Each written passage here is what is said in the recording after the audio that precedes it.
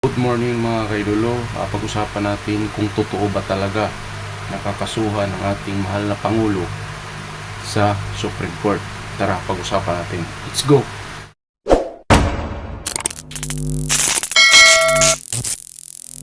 Good morning. Ito na nga, naglabas na ng pahayag ng isang attorney ng Supreme Court. Ito mga kaidolo. So pakinggan natin ang kanyang salaysay dahil dito sa isang anomalya sa PhilHealth kung bakit yung pera ng taong bayan nilipat doon sa kanilang o nilabas. Ating pakinggan ang kanyang mungkahi mga kaidolo.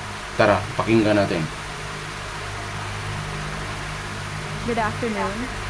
The Supreme Court en banc during its session today, October 29, 2024, acted on the following matters. The court consolidated the petition filed by One Sambayan Coalition et al. With the cases of Pimentel et al. Versus House of Representatives and Bayan Muna Chairman Mary Colmenares et al. Versus President Ferdinand Romualdez Marcos. All three petitions challenged the return of excess reserve funds from government-owned and controlled corporations to the National Treasury to fund unprogrammed appropriations. The Supreme Court issued a temporary restraining order to enjoin the further transfer of PhilHealth funds to the National Treasury.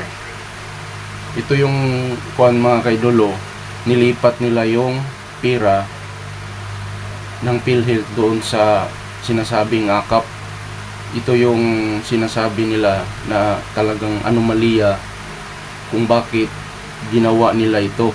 So malaking kalukuhan, malaking pangluloko sa taong-bayan. Dapat ito ginawa para sa ganon makatulong sa mga kapos o hindi walang kakayahan magpa-ospital.